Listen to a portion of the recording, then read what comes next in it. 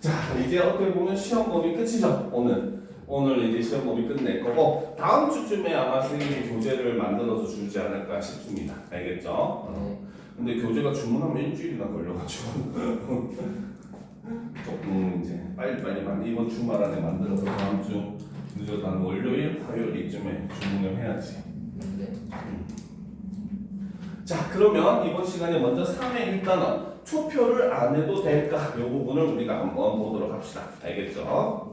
자, 근데 이제 밑에 부분에 보면은 우리가 이제 조금 짚고 넘어가야 될 게 바로 논증이라고 하는 게 뭔지에 대해서 조금 살펴보고 넘어갈 필요가 있습니다. 알겠습니까? 자, 논증이라고 하는 것은 바로 뭐냐? 그죠? 자, 논증은 바로 주장이 정당함을 입증하기 위해 이유와 근거를 제시하는 방법을 의미하기도 하고 주장과 이를 뒷받침하는 이유와 근거 간의 관계를 의미하기도 한다라는 거죠. 자, 꺽쇠로 표시하고 이것이 바로 논증의 개념. 여기서 쓰인 표현 방법은 정의가 되겠죠. 근데 쉽게 생각하면 돼요. 논증 한자말이거든요, 그렇죠? 논자가 이제 뭡니까? 논리할 때 그 논자입니다, 알겠죠? 그래서 증은 또 증명하다 할 때 증자고, 그래서 논리적으로 증명하다라는 말을 줄여서 논증이라고 한번 생각하시면 됩니다. 그래서 자신의 주장을 논리적으로 증명하기 위해서 사용하는 여러 가지 방법들을 우리는 모두 논증이라고 이야기를 한다는 거죠, 알겠죠? 자, 논증을 구성할 때는 주장을 뒷받침하는 주관적 요소인 이유, 그 이유가 옳다는 것을 증명하는 근거를 들어야 한다라는 거죠. 핵심은 바로 뭐다? 주장을 뒷받침하는 주관적 요소인 이유, 그 이유가 옳다는 것을 증명하는 근거, 이것이 바로 논증의 구성 요소가 되는 거죠.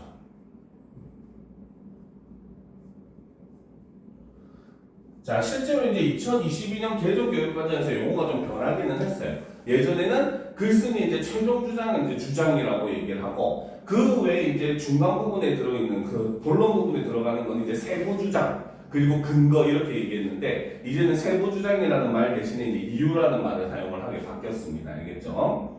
자, 근거는 구체적인 사례나 객관적인 자료, 전문가의 의견 등 신뢰할 수 있는 것이어야 한다라는 거죠. 자, 이것은 바로 근거가 가져야 되는 근거의 조건이 된다는 겁니다. 자, 그러니까 쉽게 얘기하면은 주장하는 글이라고 하는 것은 이제 주장이라든지 이런 것들, 이유라든지 이런 부분은 글쓴이의 주관성이 들어갈 수밖에 없어요. 그 사람의 생각이니까, 그죠? 주장이라고 하는 건, 그죠? 하지만 근거는 어때야 된다? 그렇지, 근거는 객관적이어야 된다는 겁니다. 무슨 말인지 알겠습니까? 바로 그런 걸 이제 얘기하는 게 바로 이 부분이라고 볼 수 있다는 거죠. 자, 그러면 이제 다음 문단, 주장을 담은 글과 자료 읽기 한번 보도록 합시다. 자, 봅시다. 자, 주장을 담은 글이나 자료에는 주장을 뒷받침하는 이유와 근거, 예상되는 반론에 대한 반박 등 다양한 논증 요소가 드러난다. 이러한 글을 읽을 때는 글에 쓰인 논증 요소가 타당한지 평가하며 필자의 주장이 정당한지 판단해야 한다. 그리고 글에 쓰인 논증 방법이 설득에 효과적인지 평가해야 한다라는 거죠. 자, 꺽쇠로 표시합시다. 글에 쓰인 논증 요소가부터 평가해야 한다까지 꺽쇠로 표시합시다. 자, 이것이 바로 뭐다? 주장을 담은 글과 자료를 읽는 방법이 되더라는 거죠. 됐습니까? 네. 이러한 평가를 바탕으로 독자는 자신의 관점을 세워 필자의 논증을 비판적으로 재구성하며 읽을 수 있다. 그래서 물론 솔직히 이 중에서 앞부분만 시험 범위라고 생각을 하면 돼요. 알겠죠? 이거는 소단원 첫 번째 과랑 두 번째 과에 관련된 미리 알고 가기 내용이다 보니까 사실 여기서 핵심적으로 우리가 알아야 될 것은 논증에 대한 내용입니다. 알겠죠? 자, 그러면 이제 옆에 빈공간 선생님이 일부러 많이 띄워놨어요. 그죠? 밑에랑 위에랑 다 띄워놨습니다. 그죠? 자, 여기다가 우리가 이 단원을 하기 전에 한 가지 필요한 지식, 바로 논증 방법에 대해서 한번 알아보도록 합시다. 알겠죠? 네. 바로 논증 방식을 한번 살펴보도록 합시다. 논증 방식은 일반적으로 보통 세 가지를 많이 봐요. 그 외에는 잘 이제 굳이 학생들한테 설명을 안 합니다. 알겠죠? 자, 첫 번째는 바로 연역의 방식 혹은 연역법이라고 하는 연역의 방식입니다. 알겠습니까? 연역이라고 하는 것은 바로 뭐냐? 바로 이미 검증된 법칙이나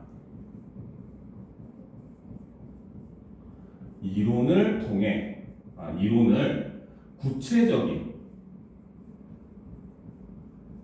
사례에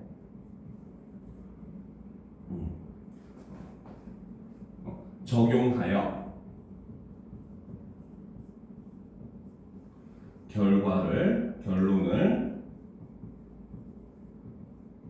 도출하는 논증 방식을 우리는 연역이라고 얘기합니다. 알겠습니까? 연역은 일단 기본적으로 이미 검증된 거를 먼저 제시를 해주는 거야. 알겠죠? 그러니까 이것이 당연히 참이면은 결론도 무조건 뭐일 수밖에 없어?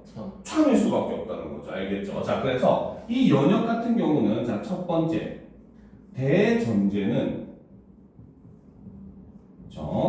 이미 검증된 진리, 법칙 이런 걸 제시합니다. 알겠죠? 자, 그래서 뭐 대표적으로 예를 들면 사람은 누구나 죽는다. 그렇죠? 이런 대전제를 놓을 수 있겠죠. 그렇죠? 그 다음 두 번째 소전제는 구체적인 사례를 제시합니다. 그래서 예를 들면 소크라테스도 사람이다. 알겠죠? 자, 그래서 이거를 조금 이제 공식처럼 얘기를 하면은 대전제 같은 경우는 P는 Q이다의 형태로 제시를 합니다. 알겠죠? 그리고 뭐다? 두 번째 소전제 같은 경우는 구체적인 사례 S를 P이다 라고 제시를 하죠. 알겠죠? 자, 그 다음에 이제 마지막에 나오는 결론. 세 번째가 결론이죠. 결론은 바로 뭐다? 대전제를 소전제에 적용을 시킵니다. 그러면 예로 설명하면은 바로 뭐다? 소크라테스도 어떻게 된다? 죽는다. 그치, 죽는다.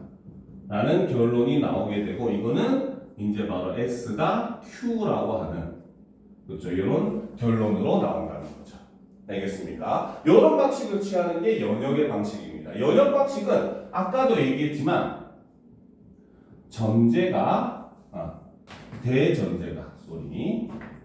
대전제가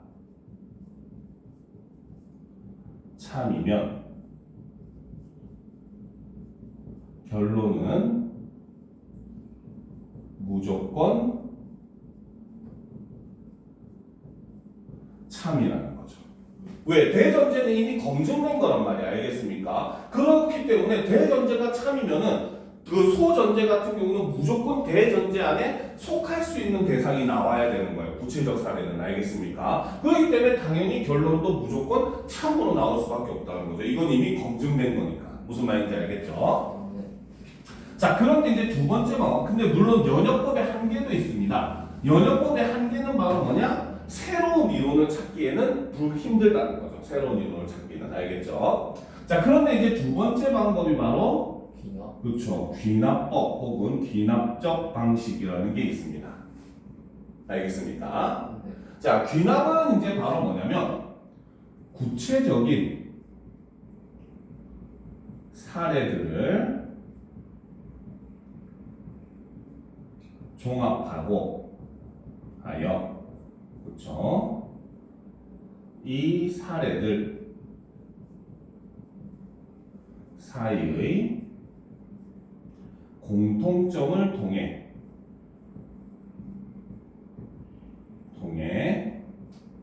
일반적 법칙을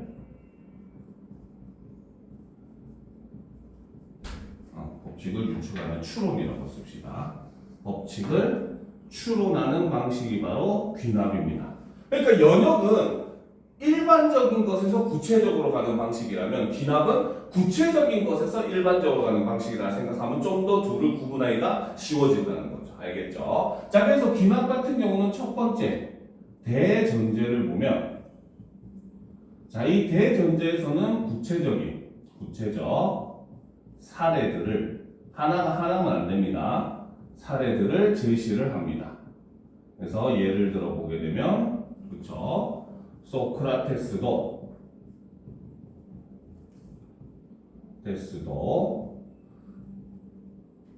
미켈란젤로도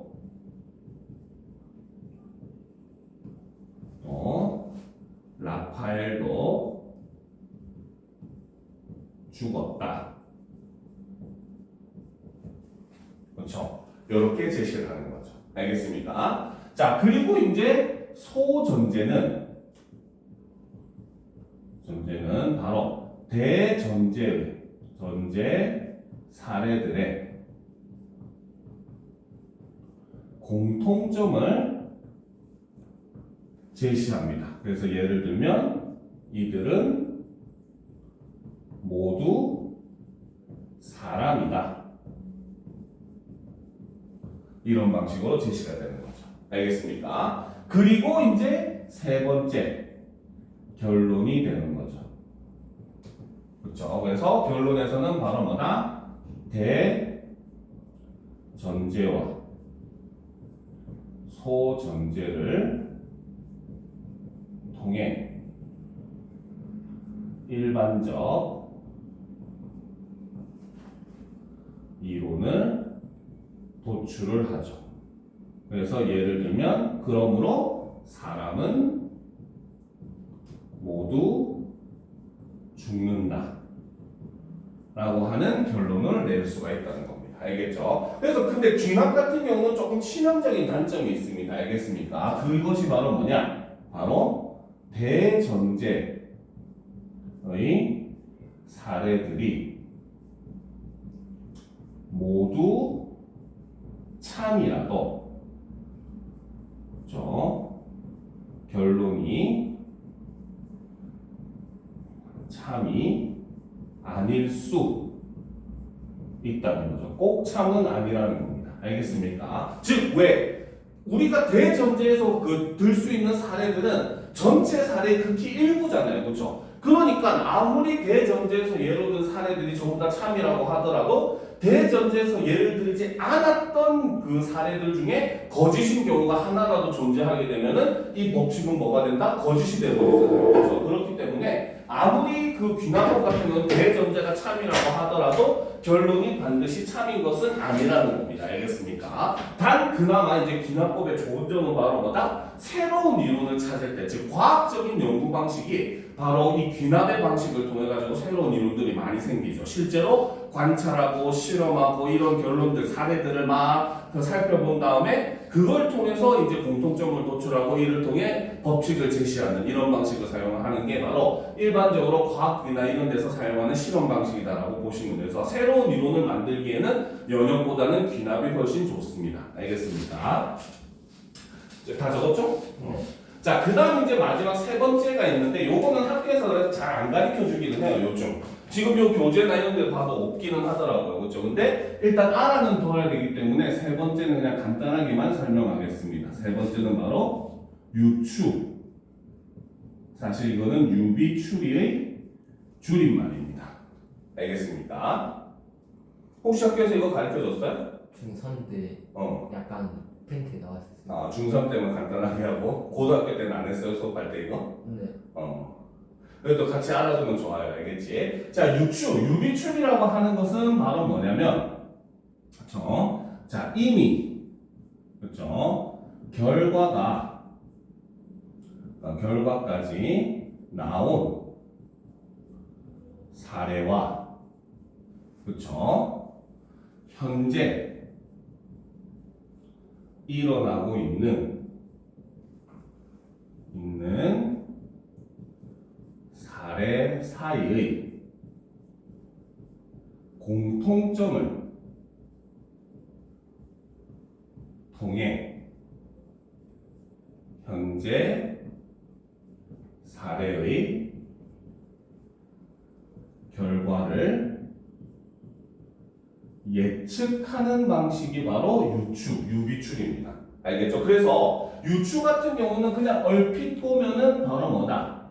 비유적 표현과 굉장히 유사한 방식으로 많이 사용이 됩니다.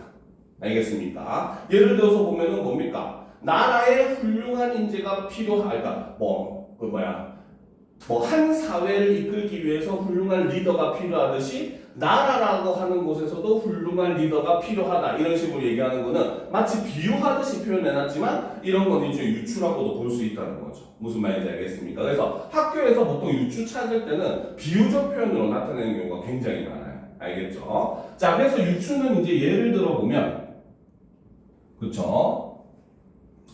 자, 바로 우리 생태계가 있는데 이 우리 생태계에 외래종이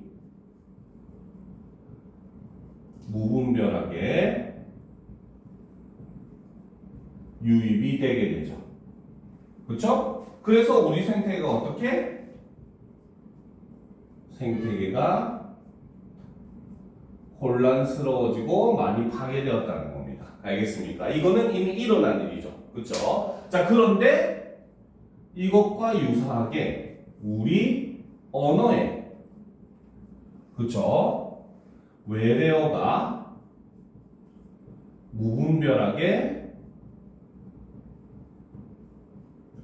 유입이 되고 있다는 거죠.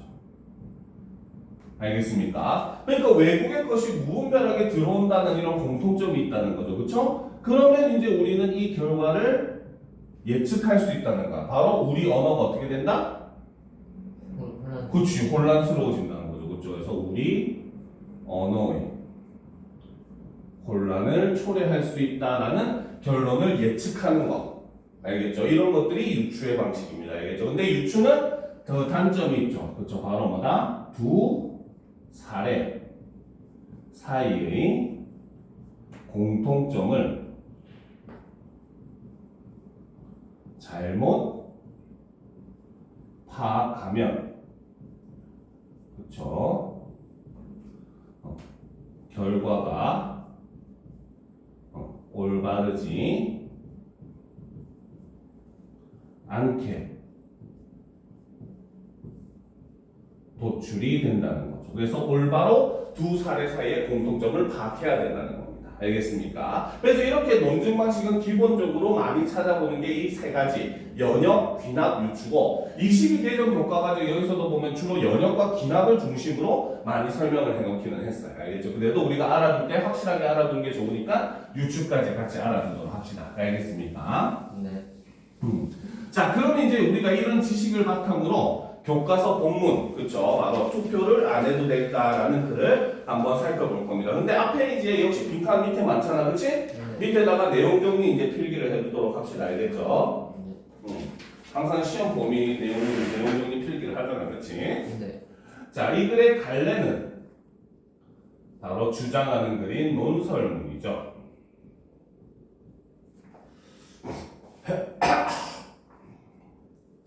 성격은 논설문이니까 당연히 논리적이어야 되죠. 논리적이지 않은 논설문은 논설문이 아니지, 그치? 그 다음에 당연히 논설문의 목적은 듣는 사람을 설득하기 위한 것이기 때문에 설득적입니다. 그쵸? 그리고 현대 사회의 문제점을 지적하기 위해서 쓰는 게 논설문이니까 비판적인 측면도 굉장히 강하죠. 그죠? 그 다음에 예를 들어서 주로 설명을 했기 때문에 예시적인 모습을 보여줍니다. 알겠죠? 자, 제재는 바로 투표하지 않을 권리를 이야기를 하죠. 주제는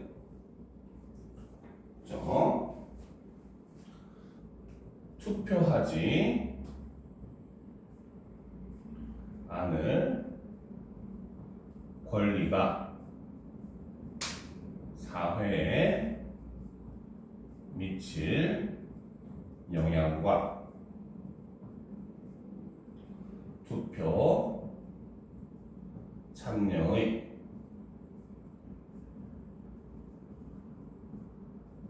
중요성을 이야기합니다. 자, 특징은 첫 번째로, 그렇죠?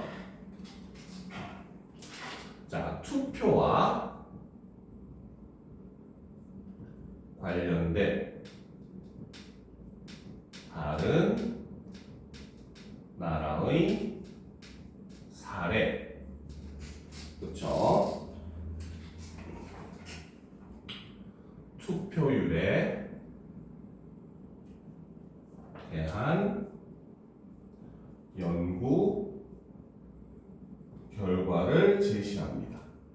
그래서 이를 통해서 어떻게 주장의 신뢰성을 높여주는 이러한 효과가 있다는 거죠.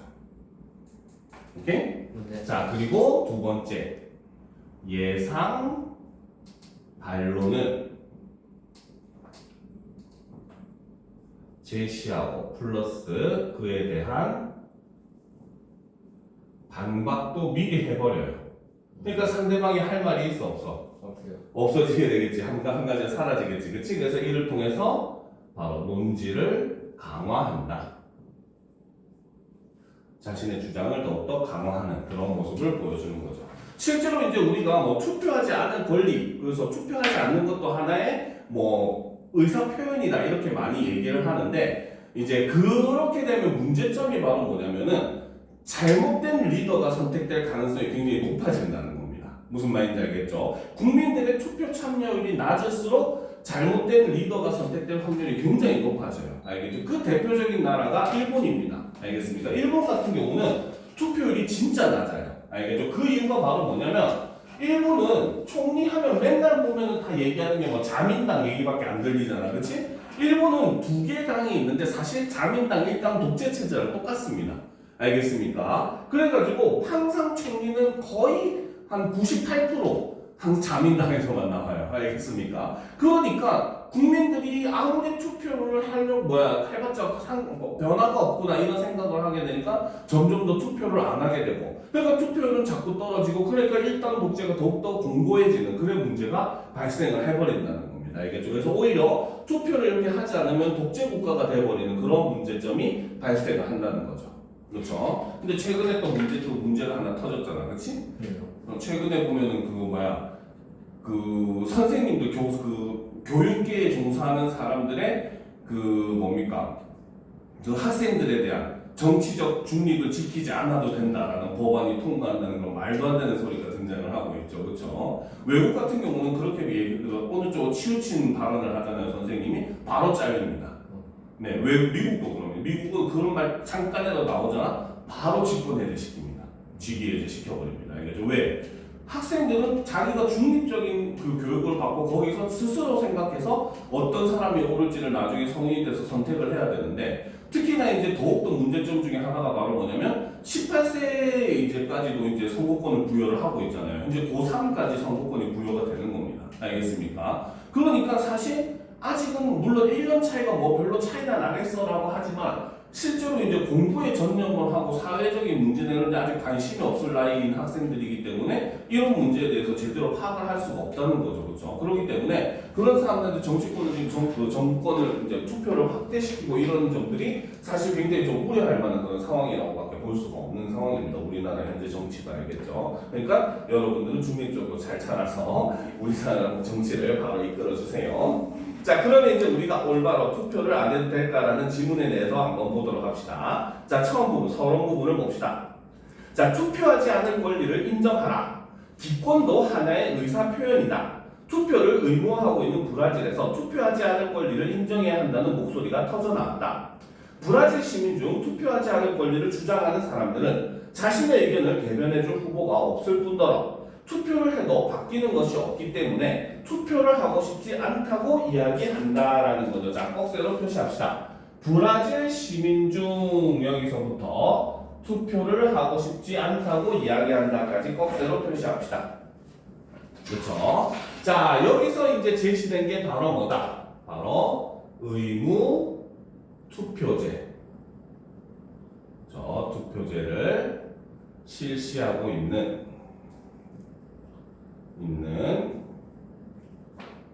브라질에서 투표하지 않은 권리를 주장하는 이유라는 거죠.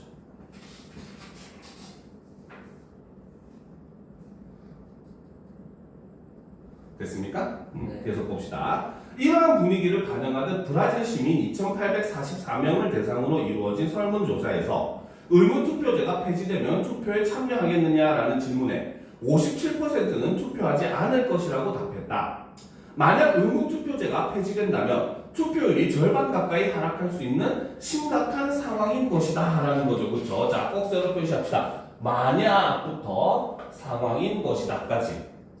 자, 그래서 지금 브라질의 경우는 바로 뭐다? 그렇죠?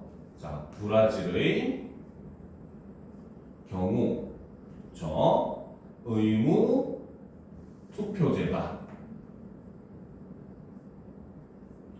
폐지되면, 그렇죠? 바로 국가의 민주주의 체제 위기가 올 수도 있는 상황이라는 거죠. 그러니까 사람들이 이미 절반 가까이가 투표를 하지 않을 거다라고 한다니까 대통령을 뽑는데도 뭡니까? 그 투표율이 막 40%다, 50%가 안 된다는 겁니다. 알겠습니까? 그러면은 이렇게 되면은 대통령을 뽑아도 문제가 돼요. 왜? 그러면 이렇게 국민의 50% 이상이 투표를 하지 않아 버리게 되면은 뭡니까? 국민의 과반수 이상이 찬성해가지고 대통령이 당선되었다라고 하는 그런 명분 자체도 세울 수가 없는 것이고, 그렇게 돼버리면 이 대통령이 국민들을 대표하는 사람이다라고 얘기할 수 있는 명분도 함께 사라져버리는 거죠. 알겠습니까? 자, 그럼 계속 봅시다. 투표하지 않을 권리가 있을까? 이제 본론 내용이죠. 자, 이것은 기권표입니다. 나는 선거 행위에 관심이 있으며 출마한 후보들이 프랑스 대통령으로서 기대에 부응하지 않는다는 사실을 알리고자 합니다. 나는 기권표를 유효표로 분류할 것을 요구합니다. 이 내용은 프랑스 기권당의 홍보 문구이다. 기권당에서는 선거 행위에 관심은 있지만 출마한 후보들이 프랑스 대통령으로서 기대에 부응하지 않는다는 의견을 기권표로 표현하자고 이야기한다. 자, 꺽쇠로 표시합시다. 자, 기권당에서는부터 그렇죠? 이야기한다까지 꺽쇠로 표시합시다. 그렇죠? 자, 여기서 이제 드러나는 게 바로 뭐다? 프랑스 기권당의 주장이 되는 거죠. 가만히 생각해보면 이것도 좋은 생각이긴 한데 대신에 기권표가 많으면은 아예 선거 후보를 다시 뽑는 거지. 그렇지? 기권표가 몇 프로 이상이 된다거나 혹은 뭡니까 당선된 사람보다 기권표가 높으면 새로 뽑는다는 건데 괜찮은 생각이 같은데요, 그렇죠? 자, 그래서 이 기권당의 주장은 바로 뭐다? 투표에 네. 참여하지만, 그죠? 기권표로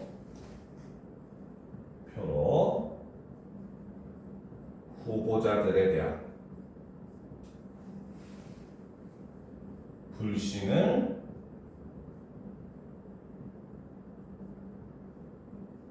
표현하자라고 하는 게 기권당의 주장이라는 거죠.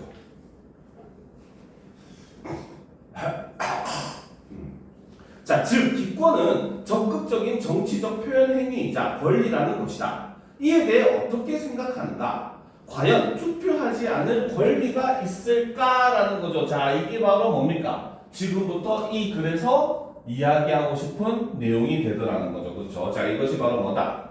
바로 질문의 형식을 사용함으로써, 그렇죠? 이를 통해 이어진 문제를 제시를 해주다는 거죠.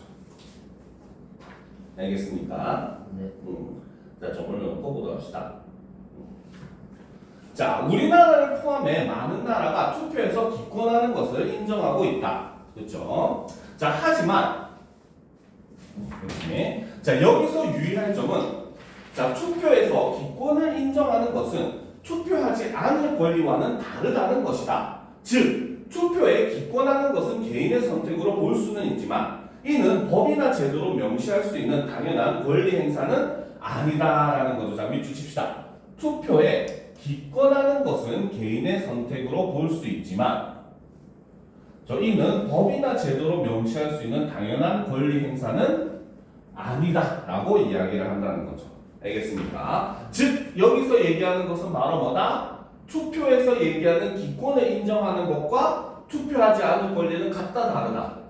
그치, 바로 그걸 얘기를 하는 거죠. 그래서 투표에서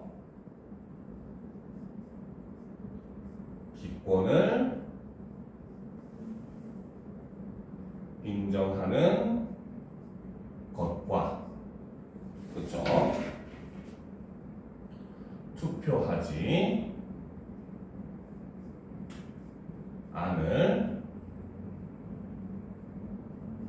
권리가, 그렇죠? 다른 이유를 이렇게 제시를 하는 거죠. 알겠습니까? 그래서 기권표를 던지는 거는 개인의 선택이라는 거야. 하지만 아예 투표 자체에 참여하지 않는 것은 이거는 전혀 우리가 그것과는 다른 얘기라는 거죠. 자, 권리를 누리려면 전제 조건이 따르기 때문이다. 바로 민주주의 체제의 존속을 해치지 않아야 한다는 것이다. 투표하지 않을 권리를 인정하여 모든 사람이 기권표를 던지거나 투표에 참여하지 않는다면 민주주의 체제를 유지할 수 없다라는 거지, 그렇지? 즉 바로 뭐다? 여기서 핵심적으로 얘기하고자 하는 것은 바로 뭐다? 투표하지 않을 권리를 인정하여 모든 사람이 기권표를 던지거나 투표에 참여하지 않는다면 민주주의 체제를 유지할 수 없다라고 하는 게, 그죠? 그죠? 이게 바로 뭐다? 바로 투표하지 않을 권리는 없다는, 그렇죠? 필자의 주장에 대한 이유가 된다는 거죠. 알겠습니다. 그래서 투표에 참여하지 않으면 민주주의 체제 자체가 어떻게 훼손될 수 있다라고 얘기를 한다는 겁니다. 알겠습니까? 자, 계속 봅시다. 2022년 12월 아프리카의 튀니지에서 치러진 총선 투표 참여율은 11.2%에 그쳤다. 이로 인해 튀니지가 채택한 민주주의 체제가 위태로워졌고 민주주의의 정당성도 훼손되었다라는 것을 자, 꼭 세로 표시합시다. 2012년 12월부터, 그렇죠? 자, 방금 읽었던 다음 페이지 정당성도 훼손되었다까지 꼭 세로 표시합시다. 그렇죠? 이것이 바로 뭐다? 필자의 그렇죠? 주장에 대한 근거가 된다는 거죠. 그래서 여기서는 바로 외국의 사례를 제시를 하고 있죠. 됐습니까? 네. 그렇죠. 자, 근데 이제 여기서 또 잠깐 앞으로 넘어가서, 그렇죠. 자, 마지막 줄을 보면 이렇게 투표율이 낮게 되면 어떤 문제가 생긴다. 바로 이로 인해서 밑줄 칩시다. 튀니지가 채택한 민주주의 체제가 위태로워졌고 민주주의의 정당성도 훼손되었다까지 꼭 세로 표시합시다. 그렇죠. 이것이 바로 뭐다? 바로 투표율이 낮을 경우 발생하는 문제점 첫 번째라고 볼 수 있다는 거죠. 이해가 됩니까? 네. 그렇지. 그러니까 민주주의의 가치, 정당성 자체가 투표율이 낮게 되면은 뭡니까? 훼손이 된다는 거죠. 즉, 국민의 11.2%만 투표를 해가지고 뽑힌 대통령은 바로 뭐다? 국민을 대표한다고 얘기할 수가 없다는 겁니다. 정당성이 사라져버린다는 거죠. 민주주의가 바로 뭡니까? 특히나 우리 현대사회는 너무 인구가 많다 보니까 직접 민주주의보다는 간접 민주주의를 채택하잖아요. 그 간접 민주주의가 바로 뭐다? 국민들을 대신할 수 있는 대표자를 뽑아가지고 그 대표자가 대신 정치를 하는 게 간접 민주주의인 거죠. 그렇지? 이 사람이 11.2%의 투표율을 가지고 당선되면은 국민을 대표하는 대표자라는 명분 자체가 사라져 버린다는 거죠. 알겠습니까? 네. 자, 계속 봅시다. 그죠? 자, 선거에서는 투표로 정부와 정치인들에게 국민을 대표하는 자격을 부여한다. 많은 사람들이 투표에서 기권한다면 정부와 정치인들이 국민을 대표한다고 보기 어렵다라는 거죠. 밑줄 치도록 합시다. 바로 많은 사람이 투표에서 기권한다면 정부와 정치인들이 국민들을 대표한다고 보기 어렵다. 이게 바로 투표율이 낮을 경우 발생하는 문제점 두 번째가 된다는 거죠. 알겠습니까? 네. 자, 그런 정부와 정치인들이 국민의 의견을 사회 전반에 반영하기 힘든 것은 당연하다. 따라서 사회 구성원으로서 책임을 다하기 위해서도 투표하지 않을 권리는 있다 없다. 없다. 그렇지, 이게 바로 필자의 주장이 된다는 거죠. 글쓴이의 주장이 되는 겁니다. 알겠습니까? 자, 그러면 또 올려놓고 봅시다. 자, 하지만 여전히 석연치 않은 부분이 있다. 지지하는 후보나 정당이 없다면 투표를 안 해도 되지 않는가? 그렇죠. 자, 여기서 이제 바로 뭐다? 예상되는 반론을 제시하고 있죠. 밑줄 칩시다. 지지하는 후보나 정당이 없다면 투표를 안 해도 되지 않는가? 그래서 여기서는 예상되는 반론을 제시를 하는 거죠. 됐죠? 네. 않는가 하는 의문이 든다는 것이다. 언뜻 들으면 맞는 말처럼 들린다. 마땅한 후보가 없다고 생각하는 사람에게는 투표를 하는 것이 무의미하게 느껴질 수도 있다. 하지만 기권은 암묵적 동의와 같다는 것을 알아야 한다. 우리는 민주주의 사회에서 살아가고 있기 때문에 다수의 의견이 반영된 투표 결과를 따라야 한다. 누구도 지지하지 않는다며 기권을 하면 결국 지지하지 않았던 사람의 통치를 받는 역설적인 상황을 맞게 되는 것이다 라는 거죠. 자, 꼭 써서 표시합시다. 기권은부터 역설적인 상황을 맞게 되는 것이다. 그렇죠? 역설적인 상황이라고 하는 것은 바로 뭐다? 지지하지 않는 사람의 지배를 받을 수밖에 없다는 겁니다. 알겠습니까? 자, 그렇기 때문에 이것이 바로 뭐다? 바로 예상되는 반론에 대한 필자의 반박이 된다는 거죠. 됐습니까? 네. 자, 그러면 이제 다음 문단으로 갑시다. 어차피 투표해도 안 바뀌던데 라는 거지, 그치? 자, 실제로 뭐 그런 사람, 이렇게 생각하는 사람들이 굉장히 많아요, 그죠? 그치? 그리고 어느 정도 사실이고, 그죠? 참, 보도록 합시다. 투표하지 않을 권리는 사실상 없다고 하지만 투표하지 않을 권리를 주장하는 사람들이 하는 말에 귀를 기울일 필요는 있다. 투표에 기권하고 싶은 말이 있을 것이기 때문이다라는 거지, 그렇지? 즉 바로 뭐다? 투표에 기권하고 싶은 말. 그렇지? 왜 이 사람들이 기권하는지는 이유를 알아야 된다는 거죠, 그렇죠? 그리고 그 이유가 바로 뭐다? 바로 투표를 통해, 그렇죠? 사회가 변화하고 자신들의 삶을 개선할 수 있기를 하는 마음이 이 사람들에게도 있다는 거야. 알겠습니까? 즉 개선하고 싶고 나도 우리 사회가 바르게 되고 하기를 바라는데 지금 나와 있는 후보들이 보니까 싹수가 노랗구나 이런 생각을 할 수가 있다는 거죠. 그렇죠? 자, 계속 봅시다. 그들의 주장에는 어떤 의미가 숨어 있을까? 투표하지 않은 유권자들에 대한 설문조사를 살펴보면 왜 투표를 하지 않았는가라는 질문에 투표를 해도 바뀌는 것이 없어서라는 응답이 가장 높은 비율을 차지했다. 이를 바꿔 말하면 투표를 하지 않는 이들도 투표를 통해 사회가 변화하고 자신의 삶을 개선하기를 바란다는 것으로 볼 수 있다. 하지만 현실에서는 그 바람이 이루어지지 않았고 그것이 기권이라는 표면적인 행위로 나타난 것이다 라는 거죠. 이거 진짜 꼭 세로 표시합시다. 하지만부터 그 다음에 표면적인 행위로 나타난 것이다 까지 꼭 세로 표시를 하도록 합시다. 그렇죠? 즉 바로 뭐다? 이 사람들이 투표에 기권한 이유가 바로 무엇이다? 바로 투표의 효용성을 느끼지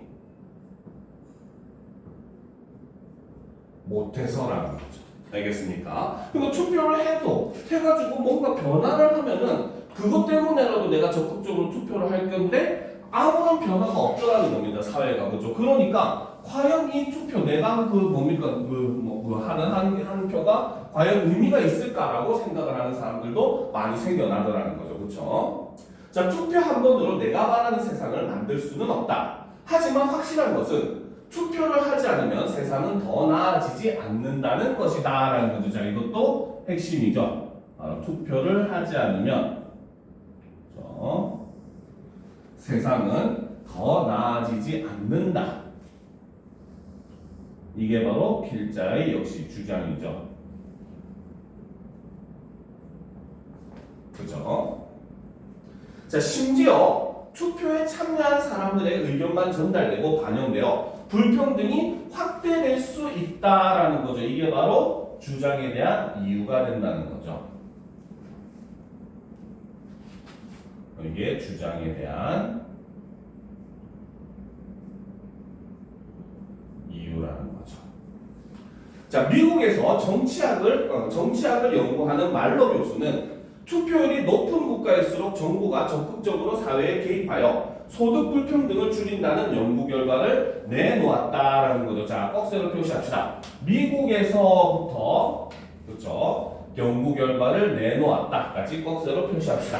그죠? 자, 여기서 바로 뭐다? 주장에 대한 근거를 주장에 대한 근거를 제시하고 있는데 그 근거가 바로 뭐다? 전문가의 연구 결과를 이렇게 제시를 하고 있다는 거죠. 알겠습니까? 네, 야. 밥 먹고 1시간 뒤에 뭐야? 알았어. 되게 꼼꼼하게 지키는구나 시간을. 됐습니까?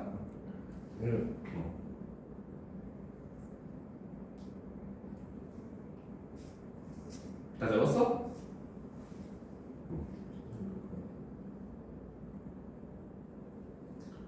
네. 자, 투표율이 높다는 것은 다양한 계층에서 투표를 했다는 의미로 볼 수 있다. 투표율이 높은 국가의 정부는 자, 일단 꺽쇠로 표시하고 넘어갑시다. 투표율이 높은 국가의 정부는 다양한 계층에서 계층의 의견을 받아들이기 때문에 일부 계층이 아닌 여러 계층을 위한 정책을 펼치게 된다는 것이다까지 꺽쇠로 표시하도록 합시다. 것이다까지 꺽쇠로 표시했습니까? 네. 그렇죠. 이것이 바로 뭐다? 투표율이 국가 정책에 미치는 영향이라는 거죠. 그죠? 자, 그렇다면 우리는 어떻게 해야 할까? 투표를 해도 세상이 바뀌지 않는다고 기권을 선택하기보다 자신의 목소리를 적극적으로 반영하기 위해 투표를 해야 하지 않을까? 그렇죠? 자, 그 다음 봅시다. 18세 선거권 나의 목소리를 내라. 그렇죠? 선생님 개인적으로 이 부분에 대해서 참 반대하긴 하는데, 네. 그치? 한번 생각해볼 문제긴 해요. 자, 우리나라에서 실시된 21대 총선의 최종 투표율은 66.5%였다. 정치권에서는 높아진 투표율을 보며 정치에 대한 관심과 요구가 높아졌음을 실감하고 있다고 말하기도 했다. 투표율이 높아진 데에는 선거 연령을 낮춘 것도 영향을 미쳤다. 18세 시민에게도 투표권이 생기면서 유권자가 늘어나고 이에 따라 투표율도 자연스럽게 높아진 것이다 라는 거지, 그치? 자, 선거 연령이 낮아지면서 주목할 점은 각 정당이 청소년의 마음을 잡으려고 청소년 맞춤형 공약을 앞다투어 내놓았다는 점이다.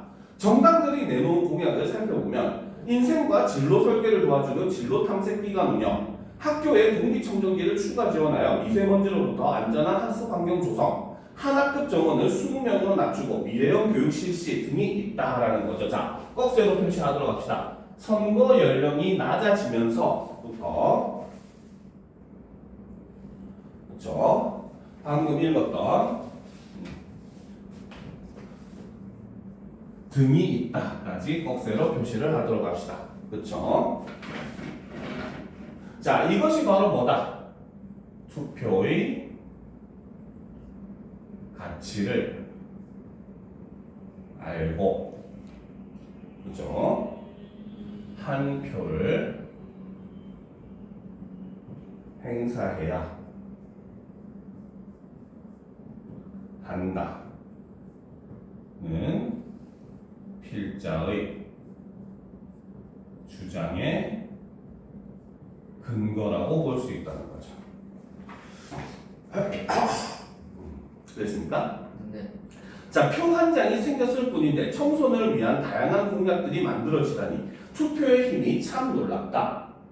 자, 이처럼 그렇죠? 한 표의 가치를 깨닫고 이를 행사한다면, 자, 네모칩시다. 바로 한 표의 가치를 깨닫고 이를 행사한다.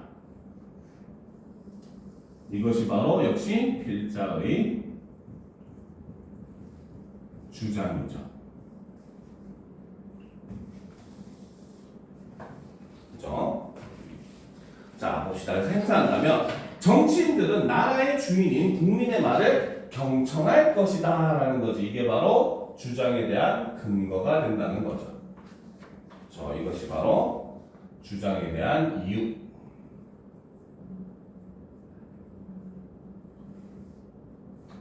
자, 하지만 그 가치를 모르고 투표를 대수롭지 않은 것으로 여긴다면 국민을 의식하지 않고 권력을 남용하는 정치인이 나올 수도 있다. 그렇게 되면 국민을 위하는 올바른 사회가 될 수 없다라는 거. 자, 꺽쇠로 표시합시다. 그 가치를 모르고부터 올바른 사회가 될 수 없다까지. 그렇죠? 이것이 바로 뭐다? 투표에 참여하지 않을 때 예상되는 상황이죠. 그렇죠? 됐습니까? 네. 자, 그러면 이제 드디어 결론 부분을 보도록 합시다. 교과서에 실린다고 다 좋은 건 아닌 것 같아. 그렇죠? 자, 보도록 합시다. 자, 국가의 주인은 국민이다. 국민이 국가의 주인임을 확인하는 가장 직접적인 행위는 투표이다. 그렇죠? 자, 밑줄 칩시다. 이거는 맞는 말이긴 하죠. 맞는 말이죠. 자, 이게 바로 투표가 지닌 가치와 의미가 되는 거죠.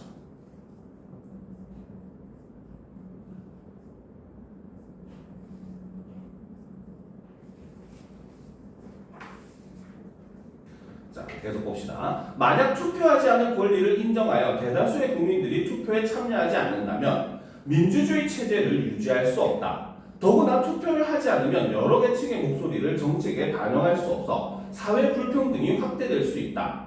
투표를 하는 것은 더 나은 세상을 만드는 일이다.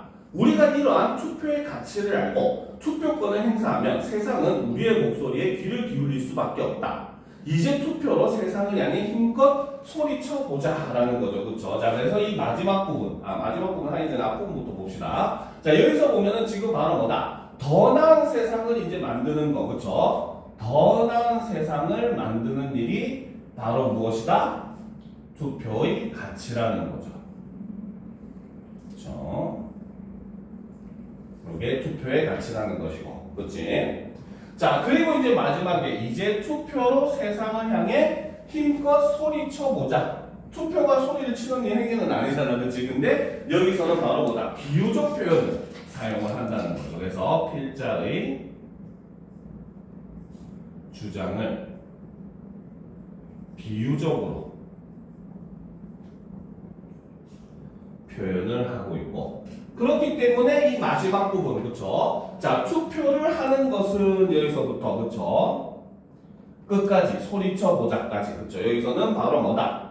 필자의 주장을 강조하는 부분이다라고 볼 수 있다는 거죠. 투표에 적극적으로 참여하자라는 걸 이야기하고 있는 부분이다라고 볼 수 있다는 겁니다. 알겠습니까? 자, 여기까지가 바로 3회 1단원 투표를 안 해도 될까라는 논설문의 내용 끝이었어요. 알겠습니까? 자, 그러면 이제 4회 1단원으로 넘어가 보도록, 5회 1단원이죠. 자, 5회 2단원 공동체를 위한 글쓰기 보도록 합시다. 근데 이것도 들어가요. 너희 시험 범위에 적혀 있던데? 네가 보내준 시험 범위에 적혀 있었어. 학교에서 수업 안 했어? 수영이랑 들어간다고 했던 것 같은데. 수행에 들어가니까 그냥 그 내용을 조금 뽑아가지고 시험에도 내겠다 이런 뜻 아닐까? 아니면 수행 들어가서 수행 범위도 좀 집어넣는 학교들이 있기는 한 것 같긴 하더라고. 보니까. 그래서 그러니까 이거는 솔직히 내용이 거의 없기는 해. 글쓰기 내용 단원이라서. 알겠습니까? 자, 그래서 이제 일단 간단한 개념만 좀 살펴보고 금방 끝나니까 한 10분이면 끝날 거예요. 알겠죠? 그래서 간단하게 한번 살펴보도록 합시다. 자, 먼저 사회적 쟁점을 해결하는 방법. 자, 사회적 쟁점은 바로 뭐다? 그죠? 바로 언제 발생한다? 바로 다양한 이해관계를 지닌 개인이나 집단 사이에서 특정한 사안에 대한 견해가 충돌할 때 발생하는 게 사회적 쟁점이라는 거죠. 그렇죠?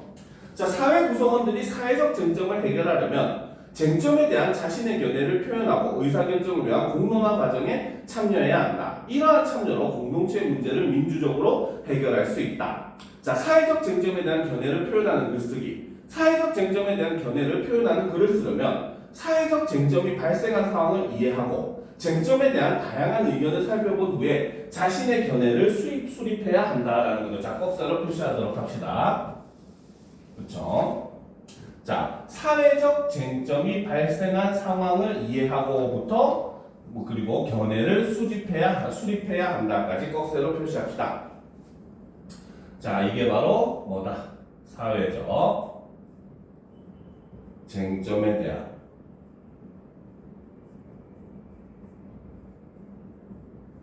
견해를 표현하는 글을 쓰는 방법 첫 번째가 된다는 거죠.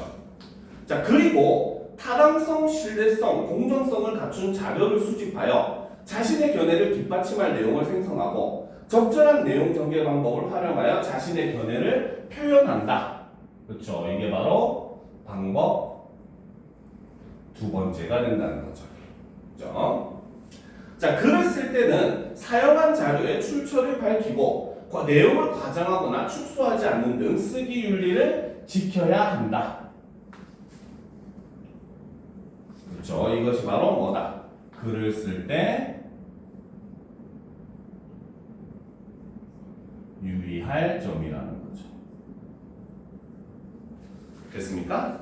그렇죠? 자, 그러면 일단 견해를 글로 표현하는 방법 간단하게만 살펴보도록 합시다. 알겠죠? 이거는 본문도 없어요, 이 단어는. 알겠습니까? 이렇게 학습 활동으로 이제 내용이 그냥 바로 끝나버리는 그런 단어이기 때문에 간단하게 어떤 과정을 거쳐서 글을 쓰는가 정도만 우리가 살펴보면 될 겁니다. 알겠습니까?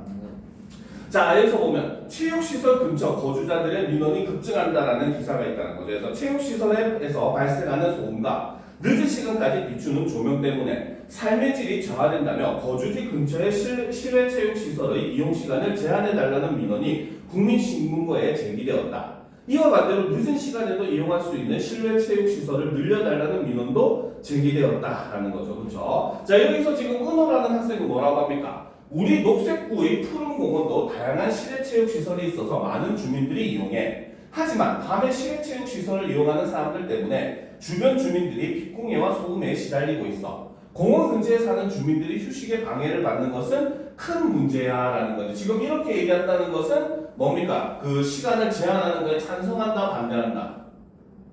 제한해야 한다. 그렇지, 제한해야 한다. 찬성한다는 거죠. 그렇죠? 자, 여기서는 은호라고 하는 학생은 간단하게 적어 놓읍시다. 바로 은호는 바로 공원의 실외 체육 시설 이용 시간 제한에 찬성을 하는 입장이라는 거죠. 됐습니까? 자, 그런데 지수는 봅시다. 공공시설인 공원의 운동시설은 누구나 언제든지 이용할 수 있어야 해. 이용 시간을 제한하는 것은 불공평해. 밤에만 운동할 수 있는 사람들도 있고 더운 여름에는 밤에 활동을 많이 하잖아. 소음이 문제라면 방음시설을 마련하면 될 거야 라는 거지. 그러면 여기서는 바로 뭐다? 이용 시간 제한에 반대를 하더라는 거죠. 알겠습니까? 자, 그러니까 여기서 지금 나타난 사회적 쟁점이라고 하는 것은 바로 뭐다? 여기서 드러나는 사회적 쟁점은 그렇죠. 바로 뭐다? 공원의 실외 체육 시설의 이용 시간을 제한하는 문제가 사회적 쟁점으로 나왔고, 그러니까 은호와 지수라는 학생이 각각 자신의 이제 뭡니까 입장을 그죠 수립을 먼저 했다는 거죠. 그래서 첫 번째 단계는 바로 뭐다? 바로 이렇게 사회적 쟁점이 뭔지를 먼저 파악하고 그 쟁점에 대한 자신의 입장을 어떻게 분명하게 수립을 해야 된다라고 하는 게 첫 번째 단계라는 겁니다. 알겠습니까? 자, 그럼 이제 두 번째를 보도록 합시다. 자, 은호가 이제 글로 표현하려고 그 계획한 내용과 수집한 자료라는 거죠. 그래서 자료의 적절성과 효과를 평가하고 어떤 자료를 추가하면 적절할지 생각해보자라고 해서 주제랑 일단 뭡니까 예상 목적 매체를 결정을 했죠. 그렇죠? 그러면 사회적 쟁점에 대한 글을 쓰는 두 번째 단계는 바로 뭐다? 기본적으로 바로 자신의 글쓰기에 대한 계획을 세우고 거기에 플러스 그 계획에 맞추어서 이제는 자료를 조사해야 된다라고 보면 되는 겁니다. 알겠죠? 자, 그러면 조사한 자료를 보도록 합시다. 자, 녹색구 공원 내 체육시설 관리에 어려움 호소. 공원 내 체육시설을 야간에 이용하는 주민들이 늘어남에 따라 안전사고 발생 비율도 증가하고 있다. 그렇죠. 이런 거는 사용할 수 있는 자료죠. 그렇죠. 은호는 아까 얘기했듯이 제한해야 된다는 입장이었으니까. 그렇지? 자, 녹색구는 늦은 시간에 발생한 사고에 즉각적으로 대응하기 어려우며 야간 관리 인원을 늘릴 수도 없어 어려움을 겪고 있다고 말했다. 그래서 녹색구에서는 바로 뭐다? 늦은 시간에 발생한 사고에 즉각적으로 대응하기 어렵다. 그리고 야간 관리 인원을 늘릴 수도 없어서 어려움을 겪고 있다라는 것을 근거로 사용을 할 수 있다는 거죠. 알겠습니까? 네. 자, 그래서 지금 공원의 체육시설 야간 이용으로 생긴 어려움에 대해서 지금 제시를 해주고 있다는 거죠. 그렇죠? 그래서 여기서는 바로 공원의 체육시설 야간 이용으로 인한 어려움 혹은 문제점이라고 해도 상관이 없습니다. 알겠습니까? 자, 그리고 이제 인터뷰를 제시하는데 이 인터뷰도 역시 바로 뭡니까? 그렇죠? 바로 자, 야간에 체육 시설을 이용하는 사람들로 인한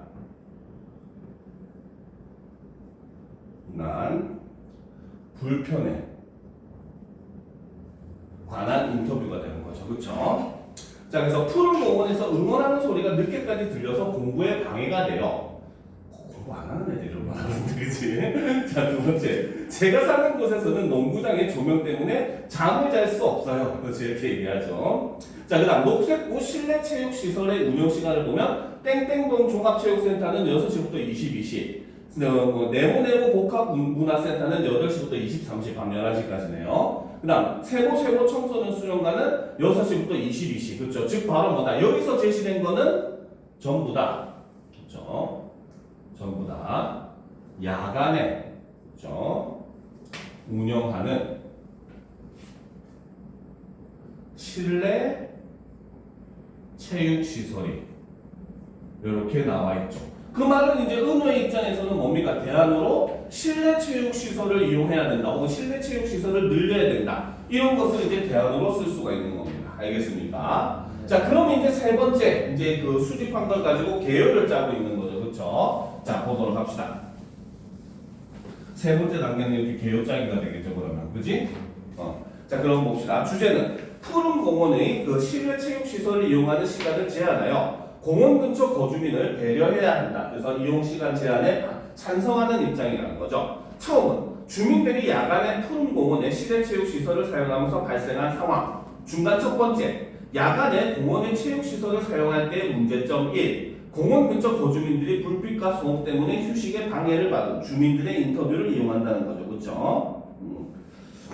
자, 그래서는 지금 중간에는 바로 뭐다? 여러 사례를 들어서 문제점을 제시하고 수집한 자료를 각 사례에 맞게 배치해서 견해를 논리적으로 전개해야지. 즉 전개하는 방식도 여기서 생각을 한다는 거죠. 그렇죠? 2번, 야간에 공원의 실내 체육 시설을 이용할 때의 문제점. 야간 이용 시 안전사고가 많이 발생할 수 있고 녹색지구에서 야간에 공원을 관리하는데 어려움을 겪고 있죠. 여기는 신문기사를 이용하면 되겠지. 그렇지? 위에 적어놓죠. 위에 거는 주민들의 인터뷰, 두 번째는 신문기사죠. 그렇죠? 그럼 세 번째, 야간에도 실내 체육 시설을 이용할 수 있다는 의견에 대한 반박으로는 대체할 수 있는 실내 체육 시설이 있다는 거죠. 그렇죠? 그러면 아까 제시했었던 실내 체육 시설의 운용 시간, 이거를 이제 제시하면 되겠지. 그렇지? 그래서 나와 달리 야간에도 실내 체육 시설을 이용할 수 있어야 한다는 견해를 지닌 사람들도 있을 거야. 이에 대한 나의 반박도 밝히자 해서 예상되는 반론을 제시하고 그에 대해서 미리 반박을 하는 방식을 쓰겠다라는 거죠. 그렇죠? 자, 푸른 공원의 실내 체육 시설을 이용하는 시간을 제한하여 공원 근처 거주민의 생활을 보호해야 된다라는 거죠. 그래서 드디어 이제 마지막 글을 썼습니다. 아마 이 글이 거의 시험에 나오지 않을까 싶기는 해요. 그러니까 이 부분이 이제 화법 작문식으로 이제 문제가 나오지 않을까 싶어요. 알겠습니까? 자, 그럼 봅시다. 푸른 공원의 실내 체육 시설을 이용하는 시간을 제한해 주세요. 인터넷에 글을 쓴 거죠. 최근 푸른 공원에서 야간에 실내 체육 시설을 이용하는 주민이 늘면서 공원 근처 거주민들이 불편을 겪고 있습니다. 그렇죠? 자, 그래서 지금 이거는 바로 뭐다? 최근 여기서부터 불편을 겪고 있습니다. 이게 바로 문제 상황을 제시하는 부분이죠. 됐습니까? 그래서 저는 실내 체육 시설의 야간 이용 시간을 제한하여 공원 근처 거주민들을 배려해야 한다고 생각합니다. 자, 바로 처음 부분에 자신의 뭘 제시하고 있다? 주장. 그쵸? 생각한다는 거죠. 바로 이게 글쓴이의 주장이 되는 거죠. 그러면 이제 이 글은 뭡니까? 일종의 연역의 방식을 사용해서 내용을 전개했다고 볼 수 있다는 거죠. 알겠죠? 왜? 주장 먼저 제시하고 그에 대한 근거를 제시하는 거니까. 그렇지? 자, 야간에 푸른 공원의 실내 체육 시설에서 발생하는 불빛과 소음이 근처 거주민들의 삶의 질을 떨어뜨리고 있습니다. 근처 거주민들은 운동 중에 발생하는 소음과 응원 소리, 밝은 조명 때문에 휴식을 취하기 어렵다고 피해를 호소하고 있습니다. 자, 밑줄 칩시다. 근처 거주민들은부터 휴식을 취하기 어렵다. 그렇죠? 그래서 피해를 호소한다는 거죠. 이것이 바로 뭐다? 그렇죠? 실외 체육 시설 야간 이용으로 인한 문제 첫 번째를 제시하고 있죠. 그죠? 자, 또 안전사고 문제도 있습니다. 야간에 체육시설을 이용하는 사람들이 늘어나면서 공원에서 발생하는 안전사고가 늘고 있다고 합니다. 라는 거죠. 이게 바로 문제점 두 번째가 되겠죠. 자, 야간에 발생하는 안전사고는 빠르게 대처하기도 어렵고 야간 관리 인원을 확충하기도 어려워 녹색구에서 어려움을 겪고 있다는 기사가 보도되었습니다.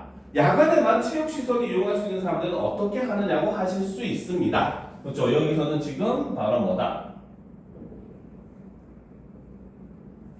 바로 예상되는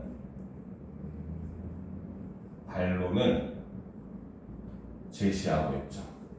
그죠? 하지만 우리 녹색구에는 밤늦게까지 운영하는 실내 체육 시설이 여러 개 있습니다. 라는 거죠. 이것이 바로 뭐다? 예상되는 반론에 대한 반박이 된다는 거죠. 자, 야간에 운동하시는 분들은 실내 체육 시설을 이용하면 어떨까요? 푸른 공원에 있는 실내 체육 시설의 야간 이용 시간을 제한한다면 공원 근처 거주민들의 생활 환경을 개선할 수 있습니다. 다른 분들도 의견을 주신다면 이 문제를 해결하는 데 큰 도움이 될 것입니다. 그래서 앞으로의 효과도 이제 제시하면서 글을 마무리를 하고 있다는 겁니다. 알겠죠? 여기까지가 시험 범위 끝입니다. 알겠습니까? 오늘 한 것 중에 혹시 다른 거 궁금한 거 있습니까? 없습니까? 그렇죠? 여기까지 하고 그러면 지금부터 15분 정도 쉰 다음에 이제 문제 풀고 하면서 질문도 해보도록 합시다. 알겠죠? 네.